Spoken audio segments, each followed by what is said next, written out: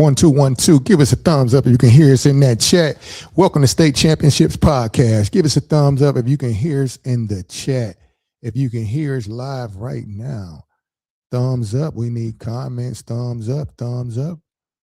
We got thumbs up because we got an outstanding show. The Vanishing Black Family. Has it vanished? I need a thumbs up. Can you hear us? Can you hear us? Check 1 2. Check 1 2. Can you hear us? Can you hear me? Can you hear me? Thumbs up. Give me a thumbs up if you can hear us live out there on Facebook. Hey, we ready. We ready. D-Jack, can you hear us, Damon? Can you hear us? Give me a thumbs up. I see a fist. Oh, I guess that's the Black Power for, hey, we in the business. Yeah. Thumbs up. I need a thumbs up to make sure that you can hear me. Say, yes, you can hear us live on the air. Check that, Pete. What they saying.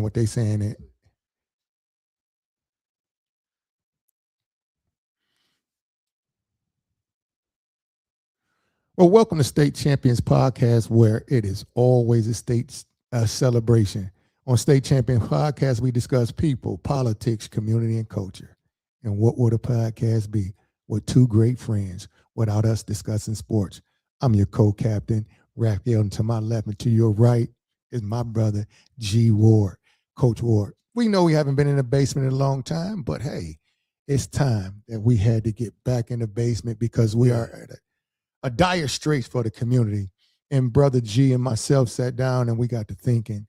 And of course, anybody who knows G, he comes up with some of the greatest questions for the community. He's doing this thing while on Facebook, but out in the community as well. And he said, Ralph, what about a show that addressed the vanishing Black family? Yeah. Because we have our ideas about it. He said, ask the people, has the Black family vanished? So we want you to make sure you call a friend, tell a friend, tune in. If you have questions, don't be shy. You can call in. G, what's that number they can call us at? 313-458-4445. That's 313-458-4445. We want this to be interactive. We don't want to just be talking to you guys and you guys listening. We want to be interactive because, again, like Ralph said, we're posing a question. We want to know, and we need to get our thoughts and our ideas together because we got to come up with some solutions, because what we're doing right now, let's stop lying to ourselves. It ain't working. It ain't working. Do something quick. It ain't working. So make sure you follow us on all the socials, Facebook, YouTube, IG, and make sure you give us a shout. Make sure you subscribe and like. Call a friend, tell a friend. We should have many more people in the chat tonight. Many calls in. Yeah. Many call in tonight, G, because we had a lot of chatter on social media about this topic and how some of the stuff was misleading and it's not accurate and it's not a valid assessment. Okay. Well, let's talk about it. Let's talk about it. You got the number 313-458-4445. Again, 313-458-4445. Follow us on all the socials. And the topic is one thing and one thing only. But we're going to go through the whole entire series. It's going to be a series, people, that consists of starting, we could say back 50s and the 60s. Yep. And we're going to take you for a ride on this journey to explain our thoughts and where we believe we've gone wrong. And of course, tonight's episode is the gold standard of the Black family. And so for me, thinking about the gold standard in the Black family, this is where it all starts. But tonight's episode is that, and then we're going to move from that one next week, the beginning of the end, the 1994 War on the Black Family by none other than Lyndon Baines Johnson, which was the civil rights movement of 1964. And a lot of people are going to think, well, the civil rights legislation was the best thing for us. we have a view on that as well. Yeah. And we don't really believe. We're going to bring out some facts. We're going to We'll bring out a some whole facts, lot of facts. It's not going to be our opinions. Of course, we could do that. It's our show. We get a chance to do that. But more importantly, we're going to have facts and we're going to have some solutions as well. Yep. Our third episode, the war trap, the 1970s dependency. People. The 1970 dependencies. If you are around, if you've been around for a while, which most of our viewers are, and we hope that a lot of our younger viewers that are tuning in are listening, they understand this. It was the welfare state, and the welfare state was a bad boy. It was a time, of course, there was a need. Yeah. But when you continue to give somebody a handout, without any viable action plan for them to move forward, offer the assistance, you begin to cripple them. And I think this was part of a plan and an agenda. G, I know you got some on that. It's crazy when you look at it, Raph, and how you came up with it and thought about it chronologically was ingenious. And I'll tell you why. Because the 1970s, as you mentioned, welfare, right? Yes, sir. But you just said the 50s and the 60s, the golden era for us. The golden eras. Yes, sir. You look at it for the Black family. And I think oftentimes what happened when you look at welfare, you know, it was really stressing individuals. It wasn't beneficial to the entire family as you look at it because, and we're going to talk about it in great length on that week, but it isolated someone. Oh, absolutely. And it isolated someone coming off the golden years. So we're going to talk about that. And then, you know, you get to week 4. And Ralph, you get to week 4, you really starting to have a real conversation because now, and it's ingenious, the welfare trap, the 70s. Mm-hmm. Week 4, the rise of the Black woman. And I think that's it's kind of misleading a little bit because the Black woman had always been excellent in our homes, in our families, in our communities. And the push for her to be out front, so to speak, the push for her to be the individuals by someone outside the community. And we understand that our women, there needed to be some adjustments, don't get me wrong, but the rise of the Black woman was very, very instrumental. And I in would a say long-term plan. Oh, for sure. It was absolutely a long-term plan. And I think it was detrimental to the Black family structure. No doubt. And it was multiple things and multiple things that took place that contribute to the dismantling of the Black family. Yeah. What about week 5, G? What are we going to talk about in week 5? And so in the week 5, it's so many people that we know was touched by this particular lever, if you will. I think in our generation, all of us. Yes. I think all of us had someone in our families, multiple people in our villages that was impacted by the 1994 crime bill. The 1994 crime bill. We titled that the new Jim Crow in some form. The new Jim Crow. The new Jim Crow, but that 1994 crime bill. Exactly 30 years. Oh yeah, for sure. Exactly. Now I don't know. Now, Ralph, there are certain things that are coincidence. Yep. I can't wrap my mind around how 1964, and then you look up 1994. Yes, sir. Dang, can you do the math on that? Let me see. Come on, 64, 74, 84, 84, 94. Come on, man. 30 years. 30 years. Uh-oh. So we're talking about the 1994 crime bill. Yep. And if anybody remembers, and I'm sure some of our big homies that got caught up in this situation, a lot of them that we knew, some people were sentenced to 30 years in prison. Talk about it. Nice. So then we got 1994, 2004, 2014, and 2024. That's another 30 years. 30 years.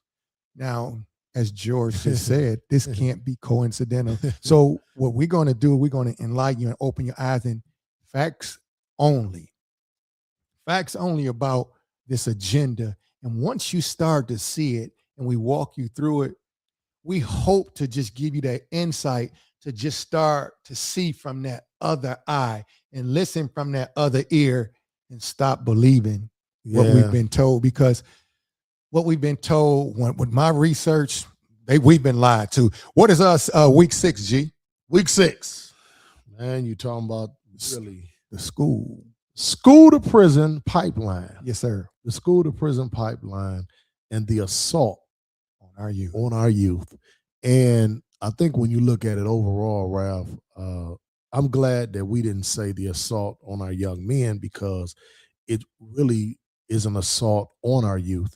Yeah. They attacked our young queens in another way. Yes, sir. Don't get me wrong. Yes, sir. But when you look at the juvenile systems right now, and you know, I've said this before, and Ralph, we've been privy to this, obviously, in our line of work.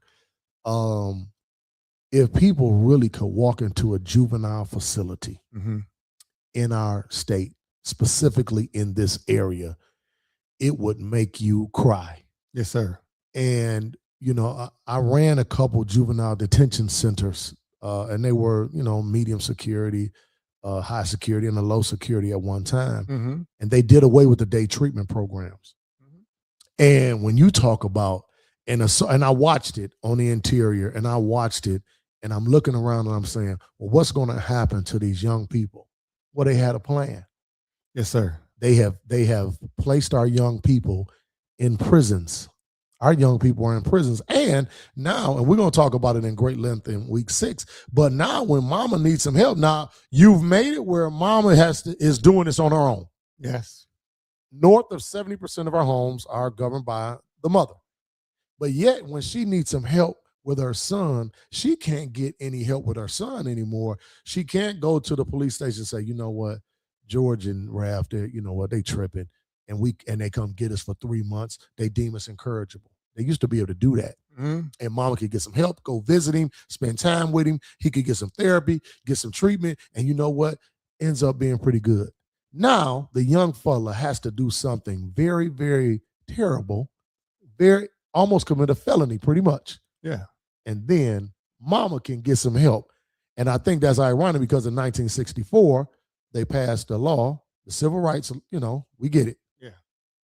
They brought it forth as if it was beneficial to us. Absolutely. 1994, the community was crying out because, again, things were going on in the community. And they presented it to us as if we're helping you.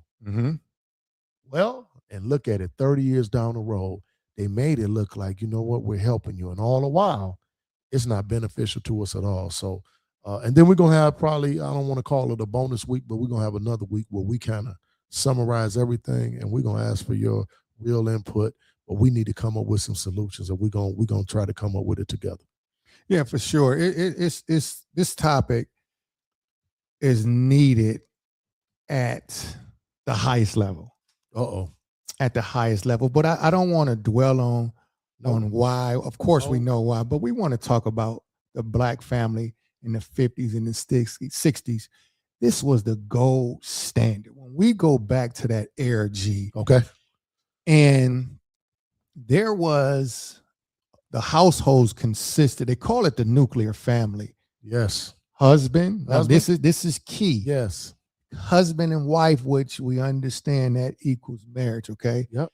And the kids. And one thing that through the research that I found very, very interesting, the outside influences were very, very minimal. Yeah. Because in the 50s and the 60s, the children and the family was influenced by church. Yeah. Family. Extended family. Auntie, grandma, granddad. We didn't have the other distractions in place. So at that time, in the 50s and the 60s, you had this nuclear family that was outstanding. And you had some beautiful people, just the mom and the dad. And of course, dad was working. Mom was at home, and she was a homemaker, and she was fine with that. She was actually happy to be a homemaker. Yes. And when you look back at the images, it was images that I saw, G. The homemaker, when you look at mom, look what mom doing, G. She giving the young fella and giving him some milk, you know what I mean? And the daughter, she hanging out. But this is what— Look how they look, though. Yeah, listen, wholesome. Look how they look. Look neat, clean. But this is what the family looked like back in the 50s and the 60s when mom was a homemaker. But then you take another look Look at the family. They sitting down watching the Oh, black and white TV. Oh, man. And look, dad got the young daughter sitting on his lap. That's right. The young fella sitting by mom. They looking at the TV. There you go. One thing about it, I wasn't in the household with them back then. We, No, you we were weren't. not born at that time, but Uh-huh. looked like they had one TV. Yeah, one TV. And they Did probably everything had, together. everything was done together. And this is the nuclear family that we are missing, but this was our standard. And to me personally, this is the blueprint to fixing our community. We can no longer look at being married and together as, I guess I would say, as a barrier or as a, like, oh, this is a problem for me. I don't want to do this, because back then, only, I think it was probably 20-25% of the black families ended in divorce. Could have been less than that. Yep.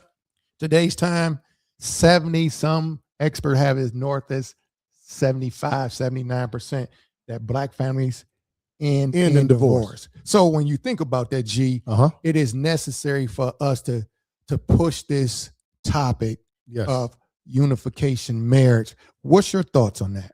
Ralph, I want you to, let's think about this. Keena, hey sis, thank you for watching.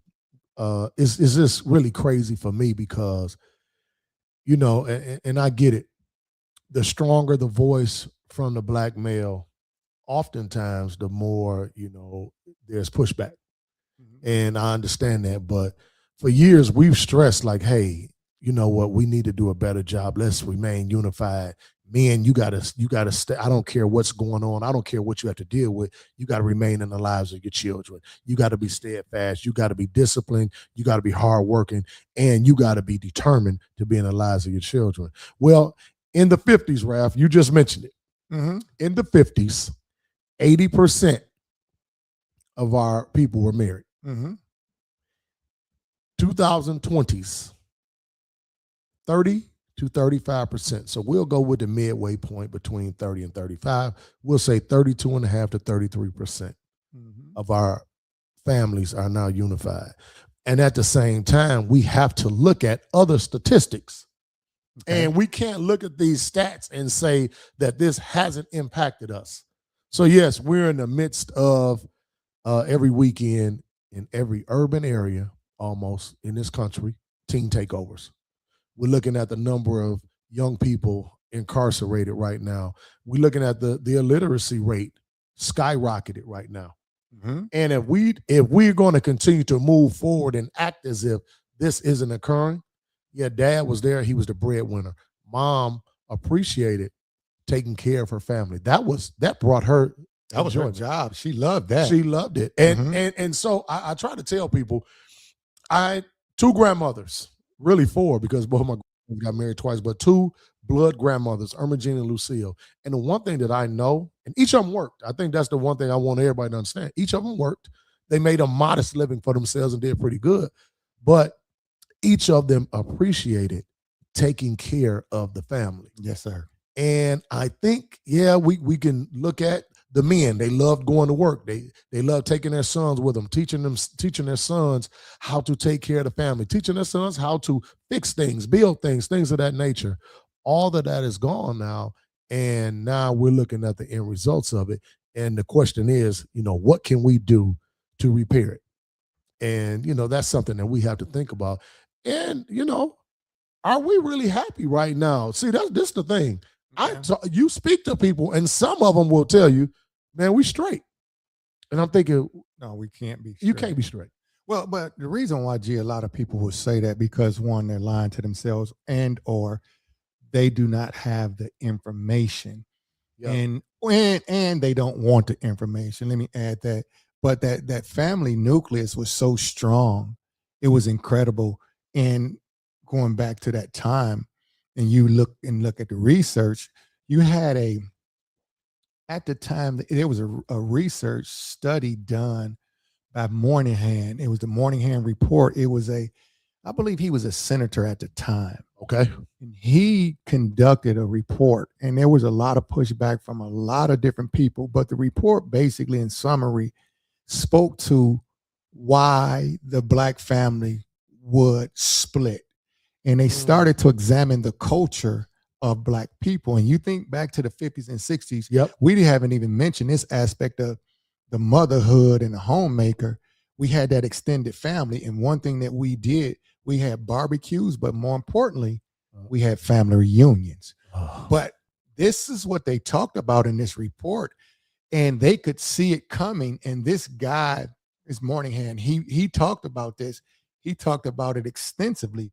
And there was pushback from the NAACP, along with a number of other high-ranking officials, saying, how dare do you make this claim? And what the pushback was, it's no different in Black culture than it was white culture. Now, Right. of course, there was pushback because he was a white man who Of course. did an analyzation. Mhm. But when you read the report, if anybody wants to go read their report, look up the Moynihan report, and it will trip you out, and it will give you that information and how our cultures have been just taken advantage of through laws, through policies, through pandering, and so on and so forth. So they did that, and he talked about that. This is in the 50s. Yep. But he said this was going to happen, and what he talked about in the report has come to pass. What, Ralph, now let's elaborate for the people, because Okay. I think they need to understand, what did he say the causes would be? He saw this coming, but he also understood why. Yeah, because what he saw was that the culture had started to begun to break apart and start to become divisive. And he saw that these other entities were coming. He talked about later in the years how different laws were put in place, and people thought they was to benefit Blacks, but it was not. It was actually to hamper Blacks. If people go back and look up the original reason why the civil rights was created, it was for Black families, period. Yes. No other bodies, not the LGBTQ, no the Asians, no the Hispanics, none of those people. It was about the Black, specifically for the Black family. And what he talked about was the culture. There was a culture shift. Yep. And he could see it coming, and he saw different things behind the scenes, what they were doing. And nobody wanted to appreciate what he said. And when I read the report, I sent this to you back in, I think it was 2016 when I sent it to you. And it was excellent. And I just think that he hit the nail on the head, the culture. And so now we talk about it's our culture, but right now we don't have a culture anymore. That's what I see. We don't have a culture anymore. We're lying about this culture. See, if the culture is a team takeover, the culture is for our mothers to be out in the streets and twerking everywhere. If our culture is for all the music to degrade Black women or to talk about killing Black men, this is not a culture I want to be involved in, G. But go ahead. I know you have more for it. Ralph, I need us to tap onto this. You know, you had, because there was less confusion and distractions, you know, fathers played catch with their sons. Yeah. Major role. Fathers sat with their sons. Fathers took their sons to the barbershop. Yeah. Fathers would go to the ball game with their sons. And, you know, when you get away from all of that, and now you look at it and you say, well, let's figure this out.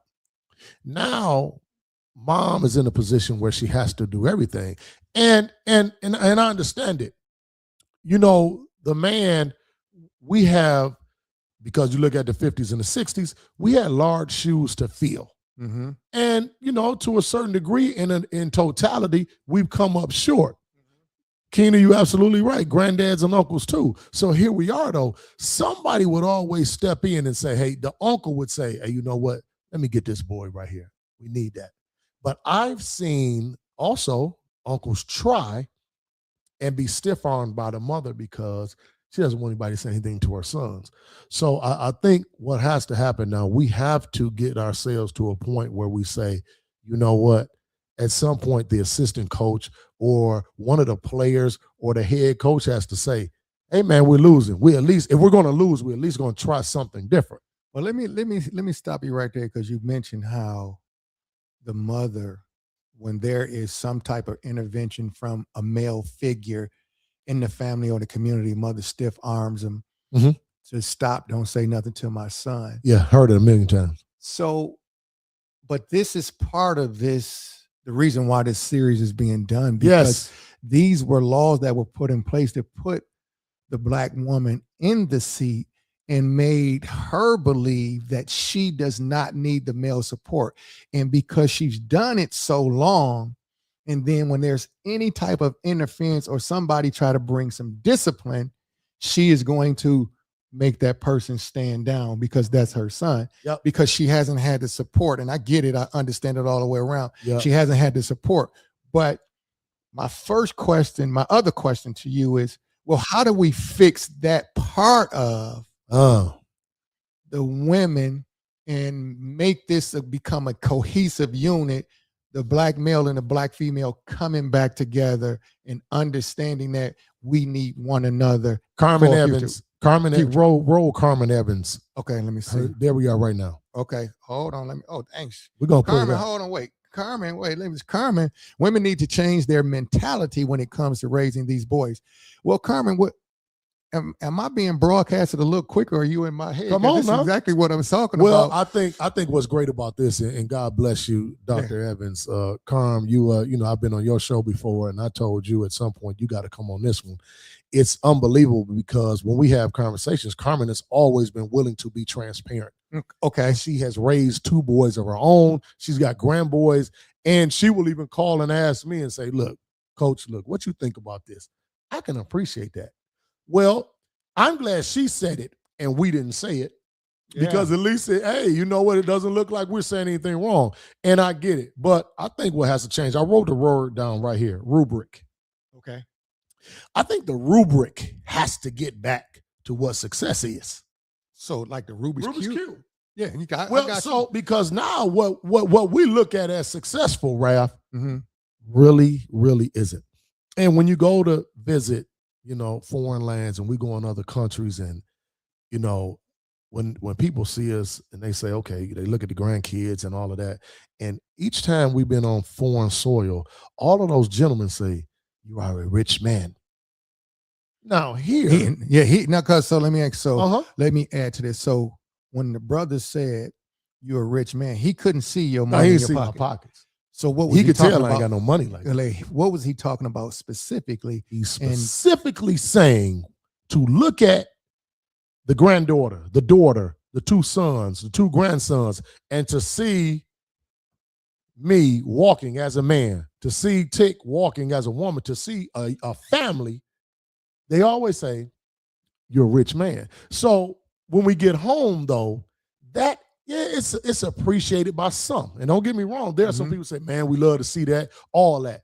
But the reality of it is the rubric has changed, because now what's successful to most now has something to do with material. And our success palette has changed, and it has forced us to have a different set of priorities. And I want you to think about this. Manners and respect was at the forefront of your household. Oh, for sure. Cleanliness was at the forefront of your household. And I just think it's very unfortunate, because a lot of our young people do not get to see that, they don't get to witness that. And those things aren't stressed to them. Oh, for sure. But again, so when we look back at this rubric that you're speaking of, the Rubik's Cube, if they configured it and messed it up, and you have multiple colors on multiple sides, it is very hard for young people to see any consistency in the family. Oh, man. Along with, well, if mom is the only person that's there, she's working and she's doing everything she can. Everything. Yes, she's trying to keep the roof over the kid's head, clothing, all the necessary things. And there's not a male figure there. That becomes the problem. This is part of this series. Well, the gold standard and the secret to this is not even close.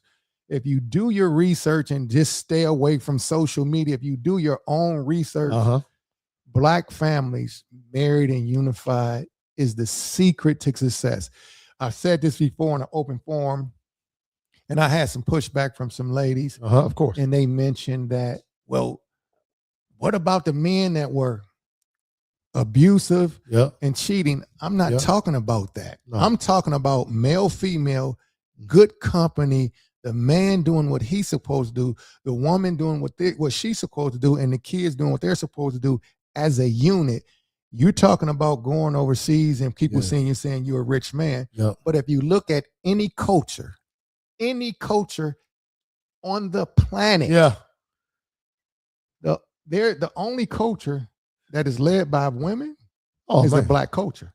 And so do you think this is by happenstance? This is not by happenstance. This is by design. And when you understand that, then you'll start going back to the gold standard and just start to review it. And I know some women will say, well, back then, my grandmama, she was in the house all day. She was happy to be in the house. She loved to be in the house. She was in there cooking. I just remember things like this. Think about this part of this, and I want to hone in on this homemaker because a homemaker is not a bad thing. I can remember times where it was you wanted something to eat. You go in the kitchen and you look in the refrigerator, and it ain't nothing. It ain't nothing in here, at least in your mind. In my mind, it was nothing in the refrigerator. And then you tell grandma, boy, get on. I'm gonna make you something. And then after about an hour, oh man, everybody you come in because she boy come in, get your food. And you sit at that table and you looking at the plate. Come on, man. Where did all this come from? Like, where did she do this? How did she figure this out? Well, that's part of the homemaker. That's part of that unification. That's part of the family. That's part of that nurturing aspect of the women, which needs to happen. But I don't want to go away from what Dr. Carmen Evans said. Women need to change their mentality in this day and time to get back to the gold standard. And how do we do that, G, from your lens, or anybody who will listen, anybody who wants to call in 313-458-4445. We listen, call on to the show so you can express what you're thinking. How do we fix that? How do we change a person's mentality, specifically the Black woman, who has been wronged on so many levels? No doubt about it. Who was looked at as bottom feeder. No doubt about it. And strategically taken advantage of through over the years. But then there was this equal lives movement that pushed Black women to unify with all other women. Man. And that was a critical piece. And them women left. Women left y'all. Of course, those women left them. And then we look at that whole scenario and we say, wow, how could we get the young women or the current women, old, young, it doesn't make a difference. How do we start preaching or teaching them to want to get married again? Wow, Ralph, I want you to think about this. And Keena, y'all heard the phone number. Y'all please call. I love it, the unit. But let's think about this. The gold standard. I love that. I loved how you coined that phrase, the gold standard. Hustle and Flow said, Grandma, what'd you say, Flo? They say Grandma made something out of nothing. Big Mama made something out of nothing. No, for sure. It ain't no doubt about it. It ain't no doubt about that. And your Alabama roots show you that. So you really a country boy by nature, Flo. But here we are. How do we get to the gold standard? How do we get back? Where do we start? Ladies, Ralph. we need. Who makes the first move? See, there's a sacrifice. You're sitting there at a party, and you see this young lady. You say, okay, you're looking at her. Do you get up and go say something? Do you wait on her to make the move? Somebody has to make the first move. And for us to get back to that gold standard, Ralph, someone has to make the ultimate sacrifice. Who is it going to be? And I can say this, and I will say this beyond a shadow of a doubt. It is crazy because it's going to be tough. And I'm going to show y'all how there's some contradiction in this. The man, they say, well, the man got to change it. The man going to have to do this. And I'm all for leadership. Y'all know that's what we about. As men, we know we got to lead. But it's going to be tough for the male species to do this because he hasn't been governed and led by another male. Yeah. I think, yeah, okay, me and Ralph will do it. We can't do it for everybody. We can't do it for everybody. It is going to be tough for these guys. I look at some of these men and I'm watching them. And ladies, I've told coworkers, I've told family members, I fear for y'all and I fear for my daughters. I fear for Rav's 2 daughters. The baby just graduated yesterday. I fear for them because I don't know how these young men can govern themselves when they become adults, because I see them now as teenagers. And it's going to be tough. So I think the first move has to be made, as all the moves in the family was really made. I think Big Mom got to do it. I think the lady, I think Queens, I'm going to say this now, y'all got to do it. And it's the tricky part. I think it's tough to give people power and money and then have to take it away. It is this is where I was going. And this is where I was going. Yeah. And Brother D-Jack, we definitely know that the Equal Lives movement was not for our sisters. We know that was a false pretense. That's what we're saying. That was a false pretense for the beginning. But going back to where we at, G, think about this. Mm-hmm. For somebody to give you something, not saying that they didn't earn it. Yeah, no, we ain't saying that at all. But there was an agenda behind what they were doing. So do we start groups? Where do we start? Or how do we start this whole movement to create an environment that is safe and comfortable for male and female to gather? Wow. And to have extended dialogue to teach now, because this is the key. It don't make sense for us to have a meeting and then we just talking. But we have to bring the younger people back to the table. And train them, because we got to look at the school system as well, because they have an agenda as well. Everybody has an agenda that is not conducive for success of Black and brown people. So this is where we have to have pushback. So we have to start. Here's my solution to it. I'm not going to dance around this all night. We're going to get straight to it. Here's my solution. We must start those groups, but we must start back in the schools. We must take away certain things. There's too many options. Our children should not be learning about the sexuality of the same gender in schools versus learning their math and their English and learning how to do some writing. Absolutely. And so the message we can no longer sit idle and say, this is the way of the world and this is how things are. The more you say that, the worse that it's going to get. And we're at a point where it is so bad that they are not even considering our families, our Black families. So if they're teaching in the school system, same gender relationships, same gender marriage in middle school. And see, these bad. It's far back to elementary. Kindergarten. Well, where does the Black family end up at? Wow. The Black family is going to end up extinct. I just told somebody this. Man, yes. Listen, almost 70 years from now, we're going to be almost extinct because the message is wrong. So I'm listening to the young people. I'm in the schools. They're not talking about getting married. No. They're talking about having children. Yeah. But they do not want to live with their spouse. By the time the baby, Ralph, listen, man. Go ahead. No, I know because I know I'm gonna hit a vein with you. But what'll happen? What's going to happen? We have to start and say, hold on. Let's start getting to the school systems. We have to push and tell them, look, this agenda here is not conducive for our total development and our overall outlook on the future, because the system is what it is. The gold standard is what it is. People, and I'm going to use this analogy really, really quick. You might disagree with it, but some people will, some people won't. One thing about, obviously, George and I coached high school basketball. We played on high school basketball teams together. We won, not two, but 3 state championships at Cooley High School. Well, the system that was ran at Cooley High School was the motion offense. Well, to me, that is the gold standard. Nobody since or nobody before then had won 3 Class A state championships. No. So my thing is, if I was to get back into coaching, I'm running motion, okay? Yeah. And so when I'm running motion based upon the gold standard.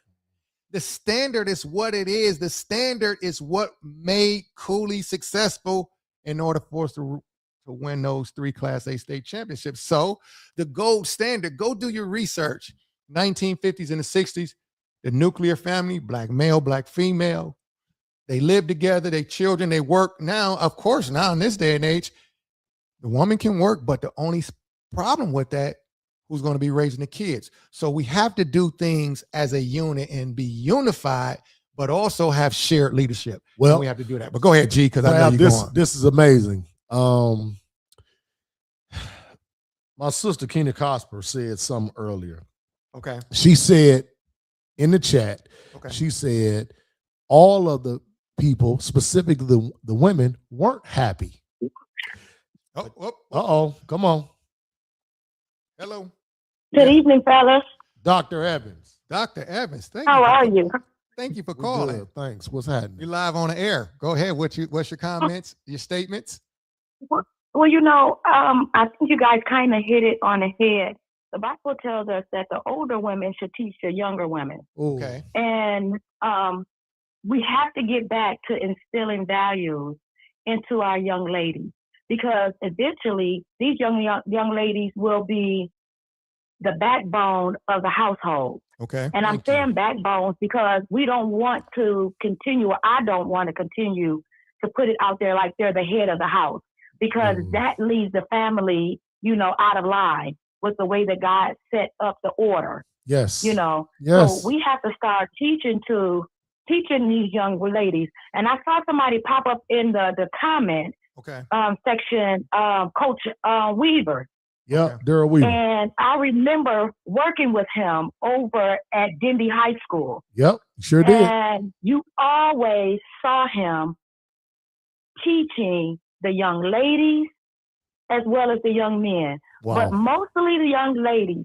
He was always telling them, don't let a young man, push on you, pull on you. You gotta, walk as a young lady, respect yourself. Those kind of things that we have to collectively, on every turn, they should be getting this instruction and this information. Whether it's not, hopefully they're getting it at home, but if they're not getting it at home, they should be getting it at school. They should be reiterating it in church, in Sunday school, when they go over grandma's house, you know what I'm saying, when they're around their aunties and uncles. And unfortunately, everybody want to be bad witches. Oh, you know what I'm saying? Yep. Nobody wants to be, teaching these young ladies, mama and auntie and grandma and them. Everybody want to go to the club. Grandma is 50 and 60 years old. She's not trying to sit at home with no grandkids. She's not trying to lay no foundation.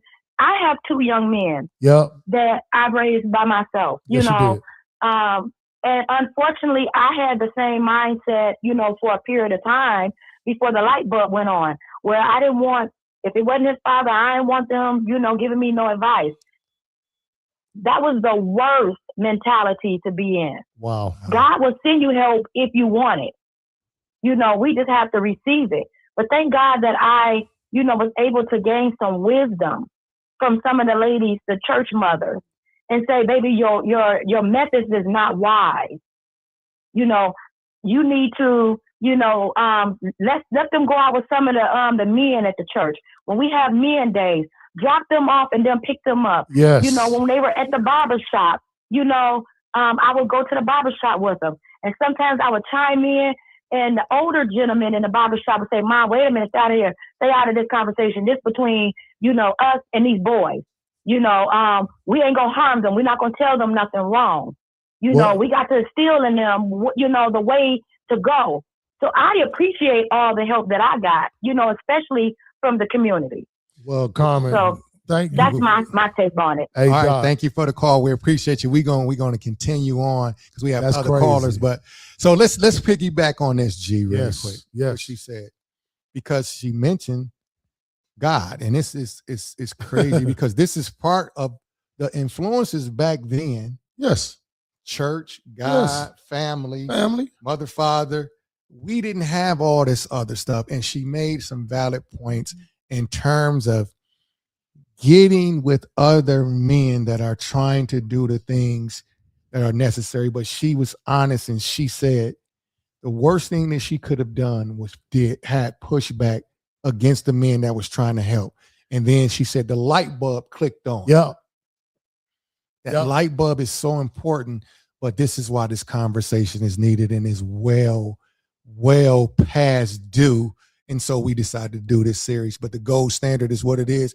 I believe hustle and flow. I see you with me, hustle and flow. You said that arranged marriages is one thing and accountability is another. But we definitely got to talk about that marriage piece, because when I look at the data from back then, I don't think people understand why our activists and our freedom fighters, how they were able to do what they were able to do. It was because Dad was out there working and was doing his thing, and he was giving money to those causes. So we need that marriage, and we had that unit. I like the idea of marriage because it also says it is the secret to wealth in this country. Listen, Ralph. Because when you have two people, and just say for instance, we know guys, fellas, sometimes we can mess up some money. Yeah, we mess up a few dollars. we mess up a few dollars. Now let's be clear: the women, they can mess up some money. Oh no, too. they really would. They really now, but especially back in the day. But what we're talking about, I'm giving the what we should do. Reason why the marriage aspect of it is essential. So think about this. At the guy back in the day, Dad would work. He would come home on Friday, get that check, put that money down. Hey, take care of the household, and she give him back then $20, $40, $50 or whatever it was. No, she give him $10, and that's it. She give no $50. You crazy? And keep it moving, and keep the train moving. Well, and he budgeted, but that's part of that unit. He trusted her. She trusted him. He knew that she was going to do the right thing for the community. But we need these. The community centers is not the place because they're not really community centers anymore. So that's out. But we do need groups. We need men and women to come together. It doesn't have to be the church. That would be great. But it could just be a group of us that started. Who's willing to do that? The other day, you smoked, had a little salmon going. We got down. Mm-hmm. Nephew come over. My nephew come over. We sit down, we eat. The families are talking. Mm-hmm. That's a great start of it right there. Mm-hmm. You got to look at it and see to yourselves. In the 50s and 60s, I just need to, Rab, when you get a minute, I need you to put the picture back up. Okay. Because which picture you want? With the suits, the young kids, dad sitting there, nice dress and all of that. Okay, go ahead. Well, we weren't wealthy then. No, we were not. So I want people to really get a picture and get a real understanding. We didn't have money like that. Mm-hmm. But what you had was the unity, and Keena said it. The priority was there. Yeah. See, ultimately, I just all said and done.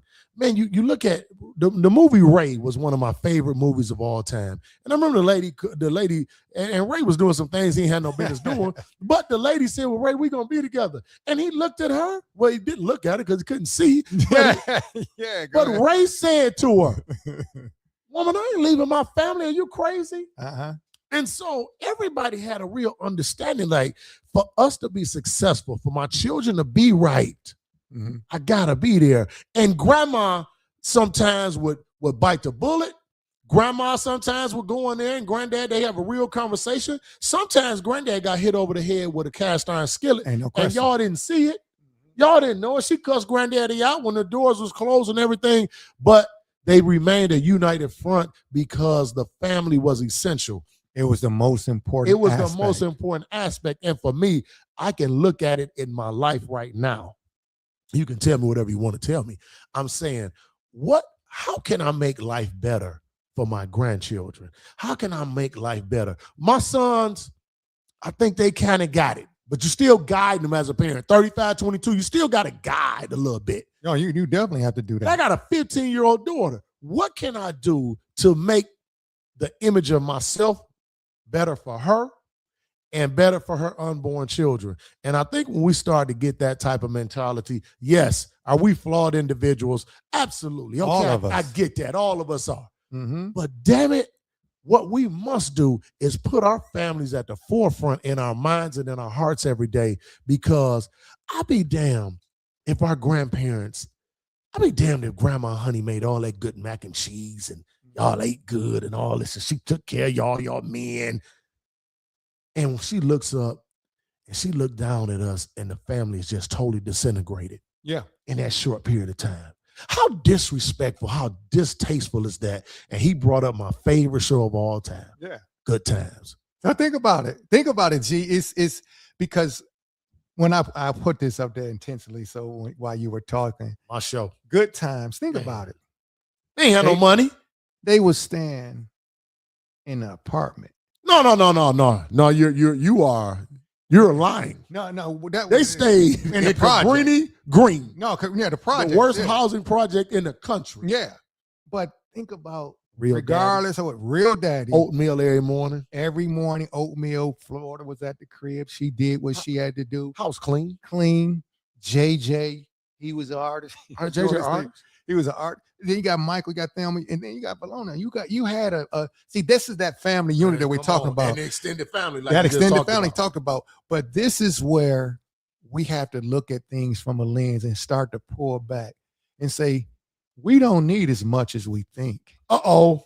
We don't need all of this. And I'm telling you, I'm a big believer. This is how you detach from the system and you come back and you start to change your community. Here's what we need to do in terms of that. We detach from the system in this fashion. We don't have to go so many places. Nope. We don't have or to sit in the front row every concert we go to. You got to stop going to the front row of the concert. You can sit we don't need. We don't need 4 and 5 big mega screen TVs. Oh no.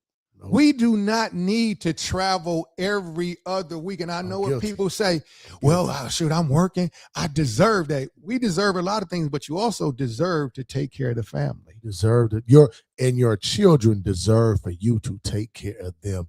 And it's presence over presence. I think this last couple weeks with these takeovers, when I come back and we kicking it with Raph and the family and we having a good time, I said to myself, and I asked Tick, I said, well, because them kids wasn't 17, 18 years old. Let's get this understood. Most of them were 15. But I know. So where you going with this? Because we going back and forth. We got to. Where was you about to go? Go ahead. But I'm saying though, why is it that they aren't with the family? When you look at them kids. Well, because the family is broken, so there's no structure. And when you don't have any structure and things are broken, how is it that we've gotten to a point that there's no structure? Well, that's why we're doing the series. The series is going to align and talk about every single thing, not every single thing, but majority of things that happened over the years that brought us to this place. And this place that we're at is devastating. So when you talk about the teen takeover, the system is broken. The families are broken. So how many kids you say? About 1,000 kids out there? It was at least 750. Okay, so I guarantee you, out of the 750, probably 499 parents that had no idea where their kids were. And remember, it was the holiday. So you said close to 500? No, it was 600.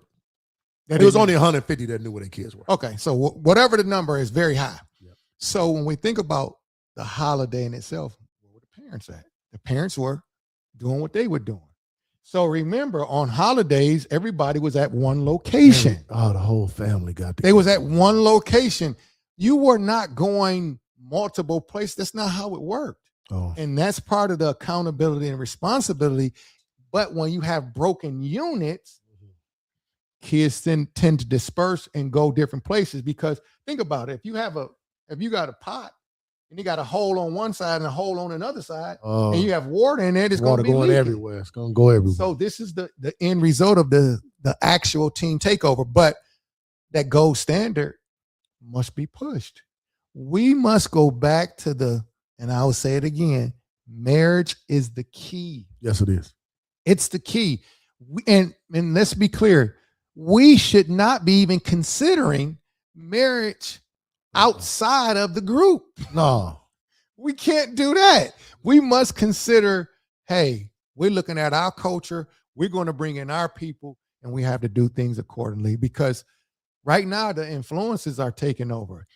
All the influences of the country are taking over. So we don't have a backbone or a platform to really stand on. So this is why we have State Champions Podcast, and we give real solutions for the people to try to come up with a strategy for our community. Because I'm telling you, 70 years from now, we will be almost extinct. I'm guaranteeing. Oh, Ralph. So in the chat, okay, I want each of you. What up, Disco Donnie? I want each of you to give an idea in our chat to how we can get back to the gold standard. Durrell Howell, Cooley High, man, I love, boy. Hey, proud of you, dog. How can we get back to the gold standard of the 50s and the 60s? What can we do? Everybody put it in y'all chat. Oh, I got one right here. Darryl already said it. Marriage is the foundation. Strong marriages make strong families. Strong families make up strong churches. Strong churches make strong communities. Strong communities, strong states, strong nations. Nations in a crisis because the foundation of marriage and family is being neglected.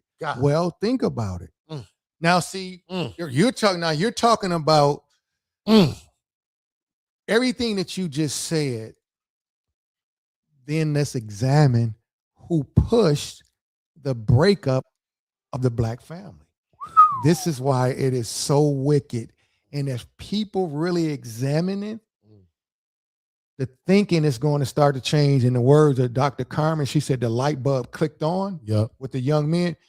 Once the light bulb clicks on in your mind and you start to see certain things, you'll say, I'm not so sure the people that are entrusted with my vote had my best interests at heart. Had my best interests at heart.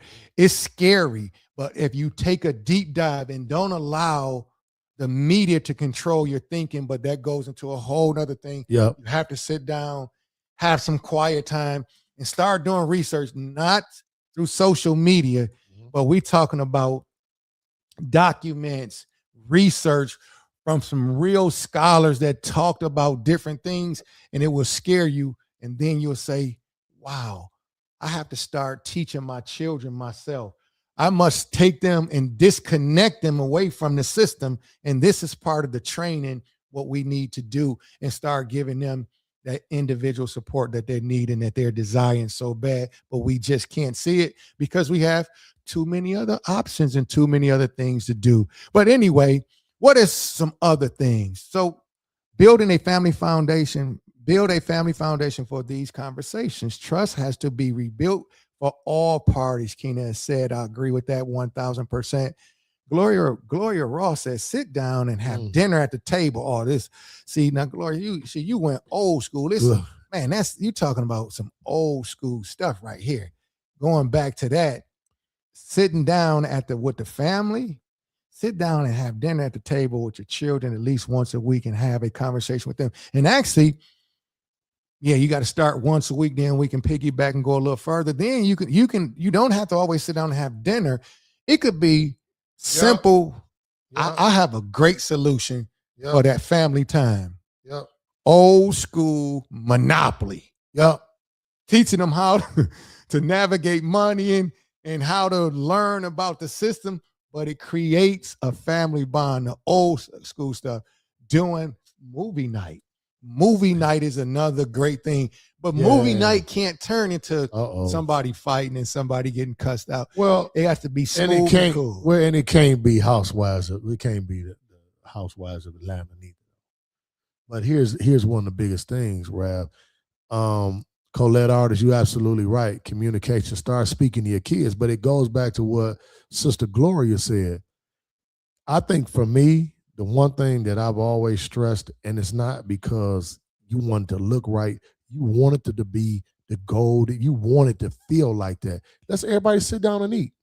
On the weekends, Saturday morning, everybody waking up a little later, we get it. We don't get to have breakfast together Monday through Friday.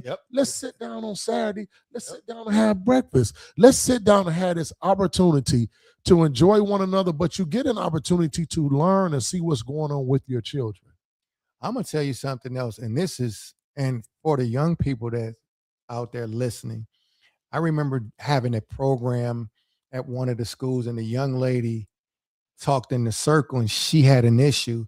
I said, "You need to talk to your mom about that." So she said, "Well, coach, you don't understand. I can't talk to my mom like that. My mom does not allow me to express myself." So I said, "Listen, Well, I can't remember what I told her to call it, but I said, listen, you have to sit down and pull your mother to the side. Mom, let's have a conversation for a brief time so I can understand your thoughts, and I want you to understand the things that I'm going through." As a young person, I said, but if you sit her down and not yell and go back and forth, you can have a great conversation. It was on a Wednesday. Every Wednesday they would do it. By the end of the semester, she came back. She said, "Coach, I really appreciate what you told me," because her and her mother's relationship started to repair. Yeah. I don't know where it's at now. I don't even know where she is. This was after the pandemic. Okay. So I'm not so sure, but they made progress. That's part of that talking. But just think about this. What if it was over dinner, like you said? What if it's over that breakfast on Saturdays, like you said? What if it's just that movie night, having that family movie night, just to kick it and create this environment where male, female, and the children are there? But I'm going to tell you the secret to it all. Mm-hmm. You must listen to them. Think about when Jordan and Jaleel was over to the house, and even Lyndon came later. Yeah, he came later. But think about just the conversation and what we was talking about and how their input. It was some great insight. Rav, they've been sitting with us for 20 plus years. That's true. They've sat with us for 20 plus years. But I think one of the things, if we are going to get back to the gold standard, everyone, please, if I don't make it here next Wednesday, we have to reestablish roles in our families. Ralph, listen, I think the one thing that I really appreciated about my grandmothers, about my grandfathers, is there were roles. You know, when the boys went out, I remember you told me, man, you and your old dude went out, y'all was doing the lights underground and all that. Yeah. Man, you know what I'm saying? Mm-hmm. And so what happened was mama would have her daughter, "Come here, girl. We about to fix this food. You about to learn how to cook. Mm-hmm. You about to learn how to plant these flowers." And then we could all come together. You know, everybody. And number one, what it did also, everybody became productive. Mm-hmm. I think the one thing that we missed out on all of this is the young people sitting around and again, mama working hard. She doing everything she could do. Mm-hmm. But you have a lot of unproductive young people now because a lot of them not doing anything. So on Fridays, I always ask the little girls, "Hey, y'all gonna cook this weekend? You gonna help mama clean up on Saturday?" And, you know, Monday we come in, we ask the question, "Hey, big fella, did you cut the grass? Did you go over and shovel your grandmother's snow?" Mm-hmm.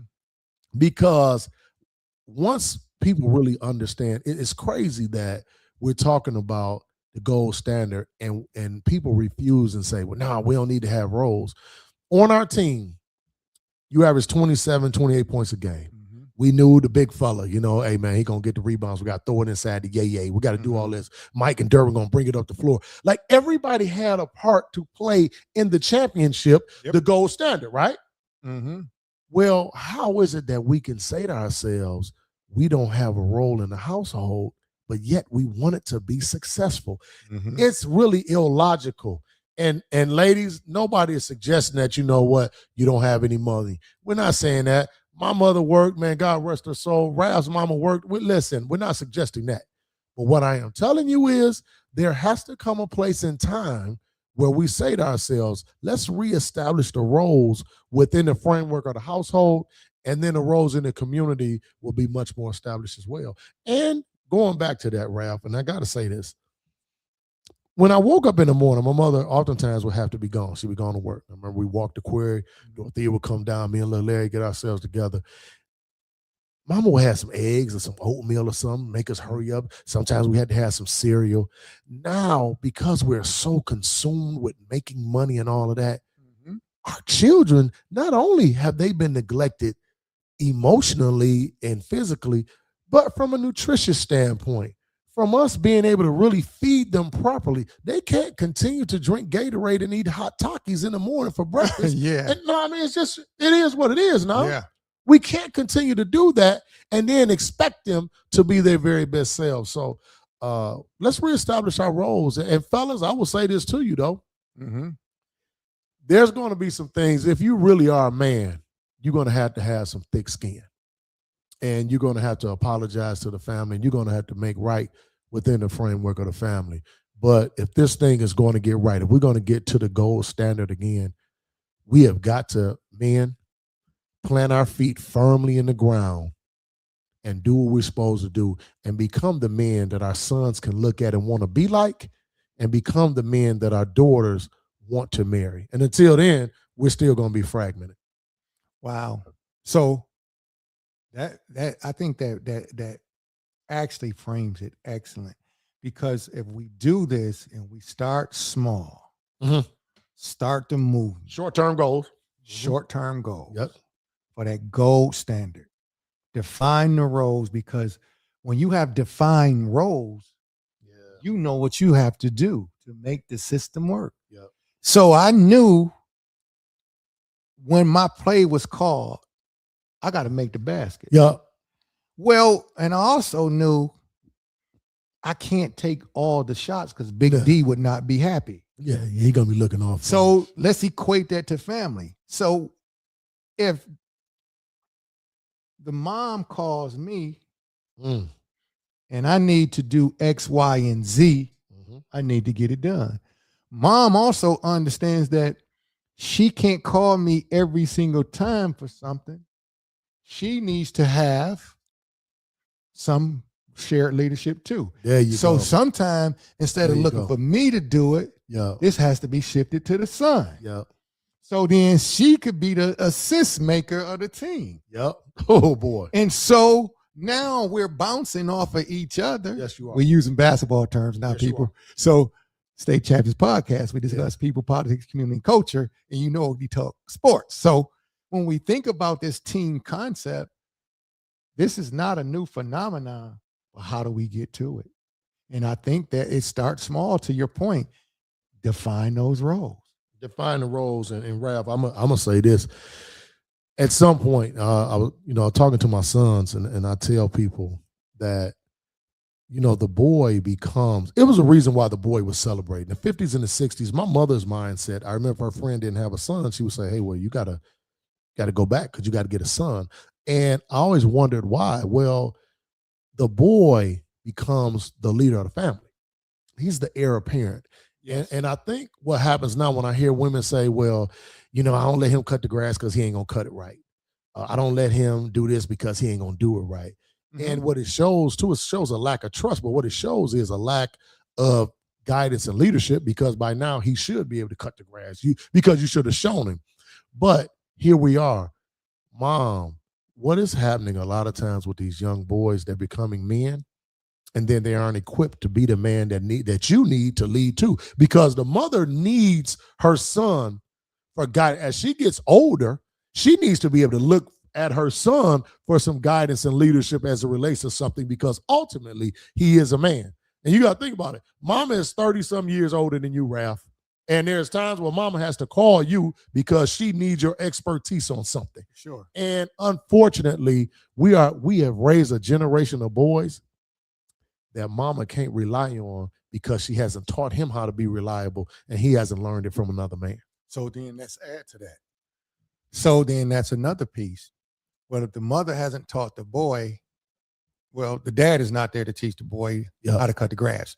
But let's go to the young lady learning how to cook. Oh, man. So now we have an issue. We have two issues that's unfolding. But through the comments, through the chat, we talked about sitting down eating. Yes, we have. Dinner, breakfast. But then we also had somebody say, listen, I think you said this, the cooking aspect of it. Yes.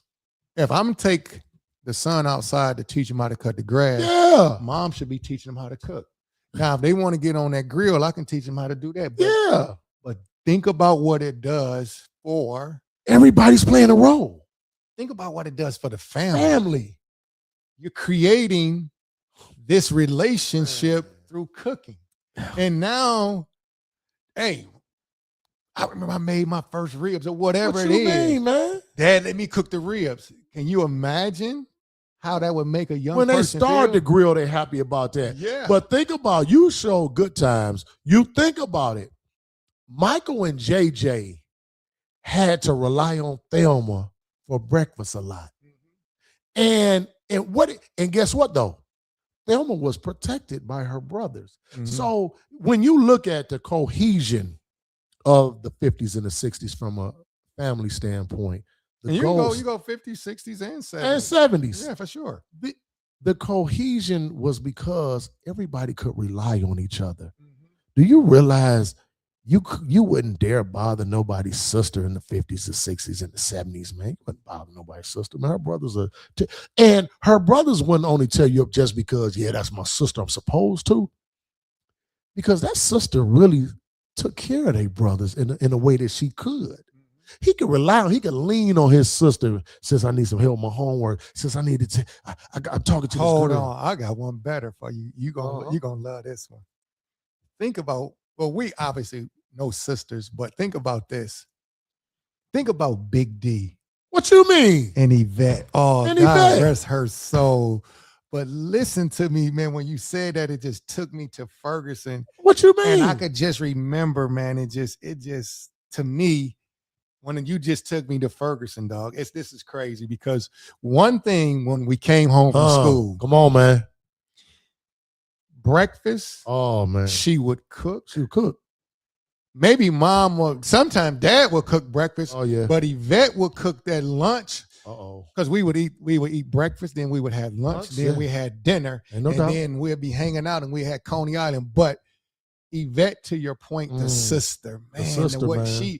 she made the absolute best Kool-Aid In on the world. planet. What are you talking about? But she would make these wings and she would always make sure that we was fed. So it give me chills just to talk about it, and it's crazy Ralph. because she was that person that, hey, I don't care what happened, that's the sister, and she gonna take care of. She's gonna take care. Yeah. And when you were around her, Yeah, you felt that love. yeah. And we ain't her blood brothers, Yeah. but God dog, you better not have told her that. Uh-huh. She took care of us and loved us like that. Yeah. And unfortunately, now our young women have heard so much that they need to take care of themselves. They got to be independent and all that.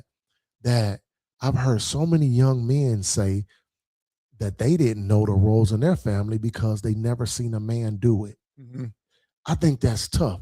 And I think it's distasteful. You know, I try to make sure that my granddaughter, hey, what did he say? What did he say? No, listen. Look at sis. Everybody wants to be a bad bitch and not learn how to be a lady, including mamas, aunties, and some grandmamas. Unfortunately, Ward. And sis, you and I talk about this at the cafeteria table all the time, and I've been knowing you obviously forever. You a servant girl, coolie high. It's unbelievable when we look at it and say, I think the bad lady is the one that wants to be big mama. Who in your family has become like grandma was? I think when you look at the family overall, there has to be some man there to become the patriarch. And there has to be a woman there to become the matriarch. And yes, heavy is the head that wear the crown. Don't get me wrong. Yep, sometimes we get calls and be like, dang, not again. But I love it. I appreciate it. And our sisters got to appreciate that too. Because without you, our families ain't going to be nothing. No, think about it. And so you always talk about this. Listen, that LB said, What you I talking took about? care of my brother and my brother thought he was my dad till this day. That's how it go. Yeah, but that's funny because that's what the family is really about. And we just got to continue to push this conversation and understand that the gold standard is the gold standard. The system that worked, don't believe in any other system until they prove you wrong. There you The go. system Don't that change worked- it. Do not So the play, so you're saying, all right, hold on. I'm everybody. running motion if I get a Rav job. say if the play keep working. So you keep getting wide open jumpers and wide open layups. You throw it in the post, you finishing, and then somebody say, oh, we about to run wheel. No, we not. No, we ain't. No, we're going to continue to run this until they stop it. So what has happened, they stopped the system. This was strategically done, people.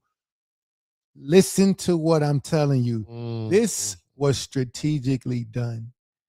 It is so bad when you do the research, not through social media.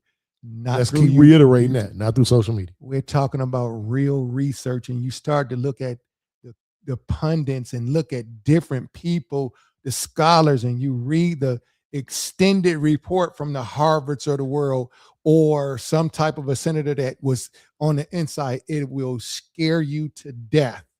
And you will say, man, let me identify and review the system. And once you review the system, you'll say, uh-oh, the light bulb is clicked on. Yeah. I need to start teaching my son and my daughter. There you go. I must start this reorganization. I must get back to family reunions. I must get back to having the little barbecues and the cookouts at the house and listen, those close-knit people. It's because it's needed. And that dialogue, when you're sitting down and you allow that conversation to absolutely matriculate naturally, it's the best thing. It's the best feeling ever. I mean, it's the best thing going. So just remember, next Wednesday night, episode 2, the beginning of the end. 1964. The 1964 Civil Rights War against the Black family. I know that is not popular to what we've been taught. Man, what y'all saying, I Ralph? promise you. Y'all always saying something crazy. Listen, the 1964 Civil Rights Act, based upon the research I have found, it scares you. And then you're like, now this all makes sense. It all adds up. So when we talked early in the show, 64 to 94, the 2024. So when you think 64, the Civil Rights Bill, then how come, if it was about Black people, then how come we're still in the same position? How come we're still looking for better jobs, better schools, and we're talking about police brutality? Well, if we're following the guidelines of the Civil Rights Act, we should be good. We good. We will be good. So then it's an illusion that they have been put out there to make us believe certain things. And I'm telling you, if you read and read deep, you will find so many things. And then the light will click on and you'll say, oh, I see what's going on. I have to detach from this system. I have to make sure I have a plan. Listen to this. I have a plan. It doesn't make a difference who is in the White House. Yeah, it don't even matter. I'm going to make money, whether it's Democrat or Republican, and vice versa, because the plans are not what you think. Because if you think about the civil rights movement, what's been hijacked with the civil rights movement right now, people, if somebody can get in the chat and tell me, what is the new civil right right now? What has been hijacked? Who's benefiting from it? Who's benefiting for the civil rights? And I meant to, and we'll get to that next week. We'll get to that. And it's a white lady that broke something down. I was like, wow. And you won't believe it. And you definitely won't believe what actually takes place in that. But anyway, make sure y'all tune in next week. We have our second episode of a 6-part series, episode 2. Ralph, I gotta say something. Okay, go ahead, get G. out of here. Now, if we're gonna do this, if we're gonna make this thing right, there's one thing that we gotta understand. The president didn't matter. It was never intended for us. Keep your thought. Lisa hit it on the head. The new civil rights is immigrants. And who is fighting for immigrants hand and foot? Looks like it's us. We're fighting for them. Ain't that something? I'm just telling y'all, our civil rights have been hijacked, but people do not want to believe. You mean? But go ahead, go back. And they're talking about everybody else. They're talking about all kind of other groups, and we're going to talk about that then. Yep. But the last thing, in the 50s and 60s, our men were not, it wasn't a lot of us that was teachers or lawyers or doctors or none of that. If we're going to get back to the gold standard, let's teach our boys how to work with their hands. G, come on, you want to extend the show? I'm gonna just say skill trades. I The one thing I will say to you is this, and G got home this summer. Obviously, he'll be degreed in December. And one thing that we said to him is like, you know what? Learn a trade. You still want to be able to do that, and it's something that I didn't learn. I mean, I knew how to do plumbing work. My granddaddy taught me that, but I didn't do that. But these young men, if you realize they're not on their way to college and they really, okay, cool, I get it. Let me tell you something. They should be doing heating and cooling. They should be doing electrical work. They should be doing plumbing. They should be cutting hair. They should know how to lay concrete or something. Get our young boys, get our young men something that no one can take away from them. And if they learn how to work with their hands, because in the 50s and the 60s, the gold standard was men making money and taking care of their family. And the vast majority of them worked with their hands. So let's get back to that. Let's make manly men out these boys. Quit walking around talking about they cute and all of that. I get it. But please, let's make them men. Let's teach them something. Make them learn something. Get them a trade. Make them go to vocation school, and they can really learn something. All right, we'll see y'all next week. Make sure y'all tune in episode 2.